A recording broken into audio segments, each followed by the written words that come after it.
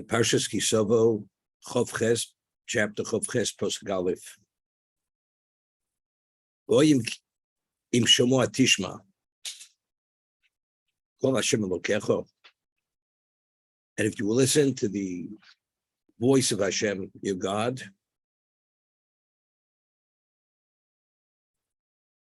Lishma Velasos, to retain and to do. Shmir is always to review it. So when you actualize it, you fulfill the mitzvah accurately. Es kol mitzvosav. Asher no tzav chayom. U'nesoncha Hashem elokecha el yora kol goy yoretz. Hashem will place you to be exalted upon all the nations of the earth. Just want to point out something.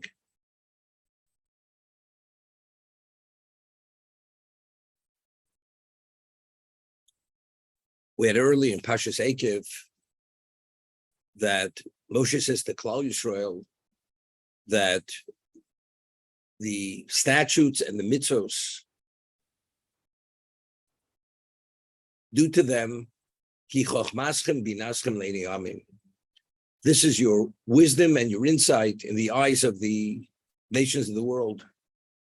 And they will say, is there such a nation who has such exceptional laws?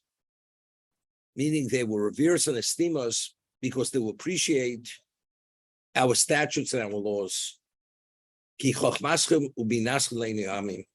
It's your chokhmah, your wisdom, ubinaschem, and your perception, your insight in the eyes of the world. Then it says, Im lo sishmru es mitzosai.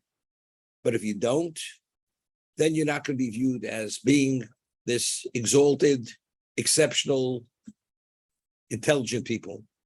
You won't. So over there, Rashi explains, Im shomer es mitzvos Hashem elokecha. What's shomer? When you watch something, you supervise something to make sure it remains intact, meaning if you review the Torah, and due to reviewing the Torah, you perform it accurately and as prescribed, then you'll be seen by the nations of the world as phenomenally intelligent, special, and therefore they will revere you and esteem you. But if you don't review the Torah, and as a result of that, when you observe the mitzvos, you corrupt them, they become corrupted because they're not being fulfilled properly, the nations of the world will see you as fools, as this kind of backward, archaic people. If you do it as prescribed, then you'll be revered because they will see it as something exceptional, wise, and insightful, broad and deep.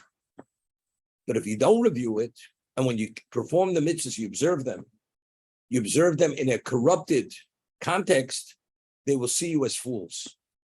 What exactly are we speaking about?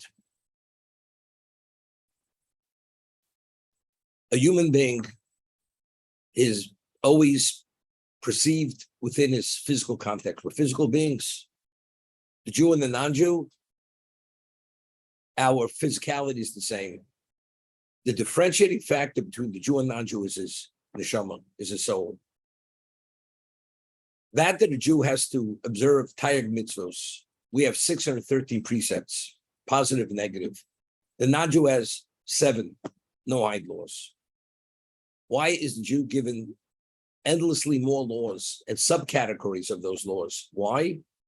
Because the mitzvah in the positive is an infusion of positive energy, which is needed to maintain the neshama. As we always mention in Reb Chaim Vital, that every positive commandment, the Ramach corresponds to a component in the neshama, the Ramach components, the 248 components in the Jewish soul. So every component of the soul has to be infused with that level of energy, spiritual energy, which is generated through the fulfillment of that positive commandment. The negative commandments, 365, That's to maintain the order of the soul. If you compromise any one of those areas, you diminish the soul. But that all has to do with our spirituality. Now, what activates, what gives the Jew that spiritual aura? If the soul itself is not activated, how does the human being function? We function within the physical context. The soul is not fully engaged and fully functional, because what's functional is the physicality of the person. The only Torah or mitzvah which can activate the soul is you got to put in the right password. That is, if you perform the mitzvah accurately as prescribed. So if you review it and you know the code and you put the code into the system, you activate the system. What happens if you don't review it and you don't retain it properly and you have an inkling what it is? And as a result of that, you corrupt the mitzvahs. The mitzvahs are not done properly. The soul is not activated. So you're behaving in a format, a protocol, which doesn't make any sense. Because as a human, as a physical being, this behavior has no relevance. As a spiritual being, you haven't activated your spiritual system. Because the only thing which activates the spiritual system is what? Is the mitzvah that's performed as prescribed, accurately. But if it becomes corrupted due to a lack of remembering what exactly it is, what happens? You're a physical being acting a mode of behavior, which is maybe of an archaic, backward people. So how were you seen by the nations of the world? Like a bunch of fools, unstable people. Now, if a person, we all know that an essential part of our behavior, which incentivizes us, is if we're acknowledged and we're valued by others. But if we're mocked, because we're seen as backward, archaic people, and we're seen as fools, we're going to cease doing that. We're not going to do it. So the Jew who does not review, although he believes he's observant, but his observance doesn't meet the threshold of what a mitzvah is, and he's seen as a fool by society, what does he do? He stops doing it. He does less and less. So the more ignorant you become, the less you do, because even if you go through the motions, those motions don't meet the criteria which activate your spiritual system, so you're not seen. So the aura of your spirituality doesn't come through. So what is it? They sense your aura. The aura is only sensed only as a result of the soul. But if the soul is dormant and it's the physical being behaving in this mode of behavior, it's a bunch of foolishness, nonsense. That's how Rashi cites the Chazal back over there. That what is it? Chochmas binaschem be'inei amim, when you observe, when you retain the Torah. If not, it looks like a bunch of foolishness. And you're seen by the nations as a bunch of fools, unstable, backward people. Therefore, it's a discouragement to do and behave and observe. The Shabbos, the Tefillin, whatever it may be. The Chavetz Chaim, we had learned, writes in the introduction to the third volume, which we're studying now, which is Laws of Shabbos, that unless you study Laws of Shabbos well, on an ongoing basis, every Shabbos, it's almost impossible not to be in violation of Shabbos, not only on a rabbinical level, even on the Torah level. He gives examples over there. Things, scenarios which happen every week. And if you don't know how to deal with it, you're in violation on a Torah level of Shabbos. So people believe they observe Shabbos. They believe they don't intend not to, but inadvertently, because they have a lack of understanding of exactly how to observe it, they don't observe. So if that's the case, what's meant to activate and generate that level of spiritual energy which creates the aura is not there. Rav Aaron Kotler, Zecher Tzadik Livrocho, had at the age of 21, was a Rosh Yeshiva in a yeshiva called, it was in a small town that went back and forth between Poland and Russia. It was called Kletsk. It was called the Kletsk. That was the town. And Rav Aaron Kotler, at a young age, even at the age of 21, he had students that were older than he was, but he was head and shoulders above them in terms of his capacity. And in Europe, there was no such thing. The yeshiva that had a dormitory. So they would rent rooms by various members of the community, Jewish community. And when they would go back to their residences, the families which hosted them or rented the rooms, they also provided the night meal for them. And in Europe, every non-Jewish home had a dog. And we're not talking about a puppy dog, talk about it like a German Shepherd, because they were for protection. So when the students would go back late at night to their residences, if they would go the regular route, they would be bitten by dogs. They'd be attacked by dogs, and they'd be fearful, and they'd have to fend off the dogs. So they would have to take a circuitous route to go on the outskirts of the community to come into the location where the residences were. But very often, Rav Aaron Kotler, when he left the Beis Medrash late at night, they would accompany him, and he would walk with them in the direction of residences. He says, you have nothing to worry about. The dogs are not coming near us. And whenever they would walk with Rav Aaron Kotler, the dogs stayed away. It's only when they returned by themselves, then there was a possibility they would be attacked by these dogs. What exactly was going on?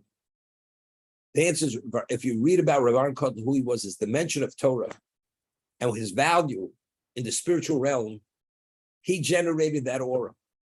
And because he generated that aura, the dogs stood away. They stayed away. The students, although they studied Torah, they were not at that level. Not being at that level, the dog sensed the person, a regular physical being. A physical being, a dog attacks. The Gemara tells us in Chulin that one does an animal kill a person. There's a Gemara in Chulin that if the animal sees the human being as a physical being, one of its own kind, it doesn't discern in terms of form or shape, it attacks. But if the animal senses an aura in that person, the spirituality of the person, the neshama, the animal does not attack. That's an explicit Gemara in Chulin. If it sees the animal, it attacks it. Not always, but if it sees and senses that spiritual aura, does not attack. So I'm saying, Rav Aaron Kotler always exuded that spiritual aura. So again, so we're talking about not attack. When are you seen and perceived and sensed as somebody who's a superior type of people due to your laws and your behavior patterns? If you observe the mitzvahs properly, which is only possible through review, you retain the Torah properly, you study it properly, then you generate that aura, because then you activate your spiritual system. If not, the mitzvahs become corrupted. Although you're going through certain motions that has a semblance of it, it's not it. Therefore, you're a physical being behaving in a mode of behavior which seems to be ridiculous. Therefore, you're seen as fools. As fools, you do less and less till you stop doing it altogether. Okay, that's back in Akiv. Now, in Shema Tishma, first of all, what's the reiteration? Shema Tishma. In Shema, in Tishma, if you heed the voice of Hashem, what's the reiteration of Shema Tishma? So over here, the Baal HaTurim says that the Torah is comprised of two parts. There's the Torah law, and then the rabbinic laws. All rabbinic laws are fences. And the Torah, based on the pasuk, encourages the Chachomim to legislate fences, because since we're only human, and we don't always have that cognizance continuously, it is important for them to legislate fences. Those drabonos. And we had mentioned him at Orach Chaim HaKodesh. Although we originally said Nasav and Nishma, we accepted the Torah unequivocally. Hashem still put a mountain over our heads. So the Medrash asked the question, Tosas asked the question, if we already said Nasav and Nishma, why was it necessary to give us this ultimatum? Either accept or you're going to be buried under the mountain. We accepted unequivocally. So the Orach Chaim HaKodesh offers a possible answer. He says this, we accepted the Torah Shebechsav, Torah Shebal Peh. We accept Torah in its entirety, the written, the oral law. However, what Hashem had said to them, but you must accept rabbinic laws. Whatever they legislate, you must accept it and embrace it. So the Jew said, if that's the case, it's unlimited. The written law, the oral law, which is all within the context of Taryag, okay? It's within a limitation. But fences, it's unlimited. They could legislate fences that we won't be able to move an inch. We're not going to accept that. Hashem says, if there are no fences, there's no Torah. Because that's just the nature of the human being. Therefore, we put the mountain overhead and says, you must accept the fences.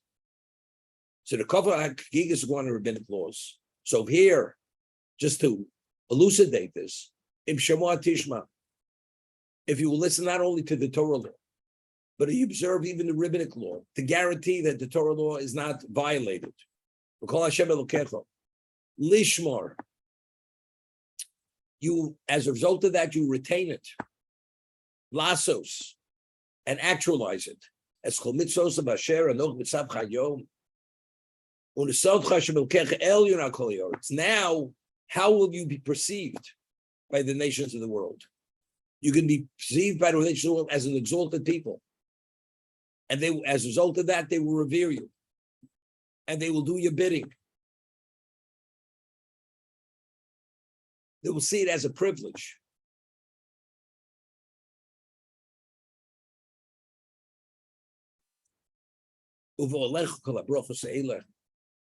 And all these blessings that are written in the Torah will come upon you.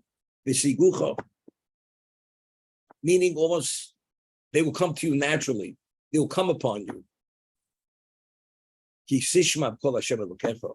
Because you will heed the voice of Hashem.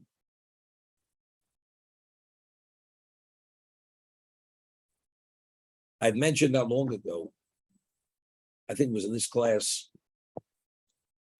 that in the 1920s, there was the mayor of New York City. His name was Jimmy Walker. Jimmy Walker, the political system in New York City was corrupted. He dealt with gangsters. And Jimmy Walker himself was, although he was the mayor, he was corrupt. And Rav Baruch Meir Leibowitz, he was known as the Kamenetz of Yeshiva, spent 2 years in New York City in the United States to raise money for Kamenetz. So one of the Jews of New York introduced Rav Baruch Meir Leibowitz to Jimmy Walker. Could you imagine this gangster? He meets this holy rabbi. He looks like a Jew out of the Middle Ages. And he's like amazed. He's never met such a person. So he decides he's going to give the key of the city to Rav Baruch Meir Leibowitz. And he was accompanied by his son-in-law, Rav Reuven Grozovsky, who accompanied to New York. They spent 2 years in New York City. They traveled in the Northeast area raising money for Kamenetz. And he's impressed, overly impressed. They set up the bleachers in City Hall area. And Jimmy Walker, and the rabbi is sitting there, of course, with his eyes looking downward. And he announces to the crowd, this rabbi is a refutation of the Darwinian theory. Nobody would say for a moment that this rabbi descends from the ape, from the monkey. He's clearly God's creation. There's a holiness which exudes from him. You understand what's going on over here? This corrupted gangster, he somehow senses something special about him. This is the aura we're speaking about. It's something which is God given. It's not something which you could, why one person has, the other person doesn't have it. And again, and that's what the Torah is telling us. If you observe the Torah laws, the rabbinic laws, and you function within the capacity of a spiritual being to maintain your soul, you'll be exalted and you'll be revered by all.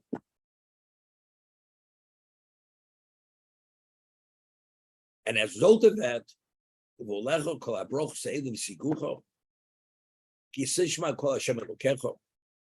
Gemara tells us, Pinchas ben Yoyer, who was the father-in-law of Reb Shimon Yochai. Pinchas ben Yoyer was a very holy rabbi. He was one of from the Tanoic period. And the Gemara tells us, God does not allow a pitfall to come to a tzaddik. A pitfall is called, a spiritual pitfall is called takola. Not only does that God does not allow a spiritual pitfall to come to a tzaddik, even the behemton shel tzaddikim, even for the animal of a tzaddik. What does that mean? So the Gemara tells over a story that thieves stole the donkey of Pinchas ben Yoyer. And Pinchas ben Yoyer, he's the one that the Mesilas Yesharim is based upon his principles of how a Jew has to behave, the order of ascension. Zehirus, Rizus, whatever the Mesilas Yesharim, it's a brisa in Avodah Zarah. Pinchas ben Yoyer's brisa. One brings to another. They steal his donkey, and the thieves, they want to feed the donkey untithed grain. The donkey wouldn't eat it. Wouldn't eat the grain. Because these thieves didn't realize, that they're supposed to tithe grain. And what about a donkey? And because the donkey wouldn't eat the untithed grain, they said, this donkey is not possible to even maintain it. Because if we can't feed it, doesn't eat, what's its value? So they just let it go. So the donkey returned to Pinchas ben Yoyer because it had no value to the thieves. So it says not only the tzaddikim, not only the behemton shel tzaddik, even to the animal of the tzaddik, Hashem does not allow this line to be crossed, because any asset of the tzaddik is an extension of the tzaddik himself. It's part of his sphere of holiness. So that's his impression. Everything that's around him is elevated because its value is it accommodates, it facilitates the spirituality of that tzaddik.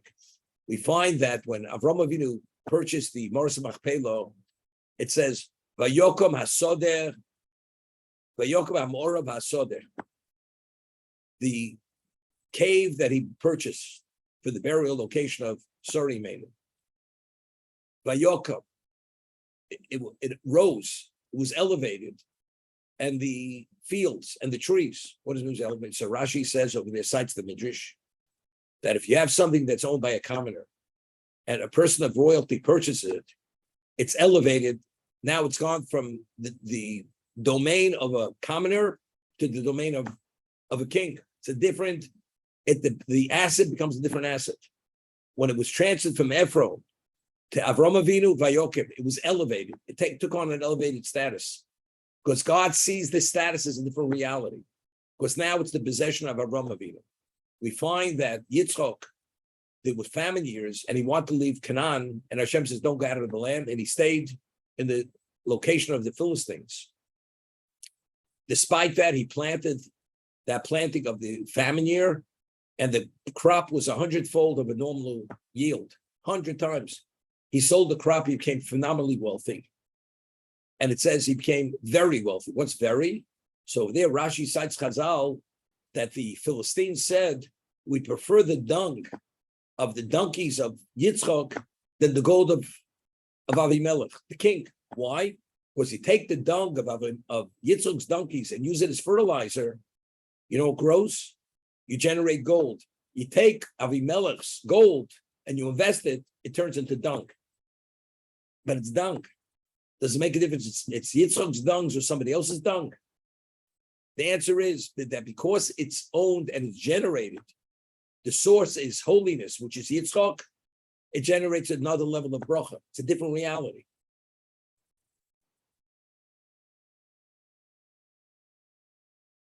I always tell over the story about the Chavetz Chaim, as anti-Semitic as the Poles were.